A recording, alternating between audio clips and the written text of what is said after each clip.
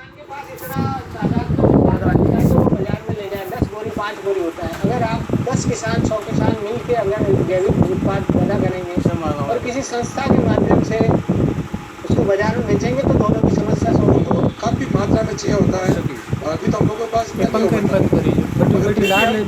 से बात की है और वो लोग हमारे से लेने के लिए तैयार है। लारी है लेने के लिए हमें किस तरीके से उसको तैयार करें, पैकिंग करें या किस तरीके से उनको सेटिस्फाई करें कि हाँ भी हमारा जो है बिल्कुल जैविक है और आप इसको यूज़ कर सकते हैं। जिस समय आपकी फसल खेत में खड़ी हो उस समय उनको अपना खेत जरूर दिखाएं। ये आजकल एक परंपरा बनती जा रही है कि जैविक खेती में लोग जो भी खरीदार हैं वो खेत को आके देखते हैं।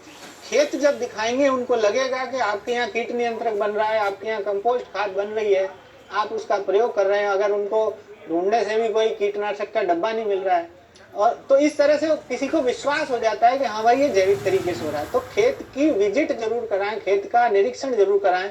जो भी आपके खरीदार हैं उससे एक रिश्ता भी बनेगा और एक उनको विश्वास भी होगा। डॉक्टर साहब, मैं पूछना चाहता हूँ कि हम जैविक कीटनाशक जो बनाते हैं उसकी कुछ ऐसी प्रचलित विधियाँ हमें बताई जाए जो शीघ्र बने और हम अपने आसपास जो परिवेश है उसमें जो उपलब्ध सामग्री है उससे हम बना सकें। ऐसी कुछ एक दो आप हमें कीटनाशक के बारे में बताइए। जैविक खेती का पहला नियम है कि हमें जो है वो रक्षात्मक तरीके से उसमें कीट नियंत्रण करते हैं। कीट आए ही नहीं उसके लिए हम स्प्रे करते हैं। इसलिए हम मारने वाला कोई कीटनाशक हम बनाते नहीं है। कीट या तो उसको खाना बंद कर देता है या उसको उसकी गंध सूंघ के आता नहीं है। तो हम ज्यादा तेज या इस तरह का कोई कीटनाशक या कीट नियंत्रण हम जैविक खेती में बनाते नहीं है। और जो हमारे सामान्य कीटनाशक है वो है हमारा नीम, आग, धतूरे का। अगर हम पानी के घोल में 7 दिन रखते हैं, उसमें थोड़ा सा गौमूत्र मिलाते हैं और उसको हम नियमित रूप से स्प्रे करना है। हमारे खेत में कीड़ा आया कि नहीं आया ये नहीं देखना है, हर 7वें 10 दिन पे स्प्रे करना है। तो उससे हमारा बहुत प्रभावी ढंग से रोग कीट का नियंत्रण होता है।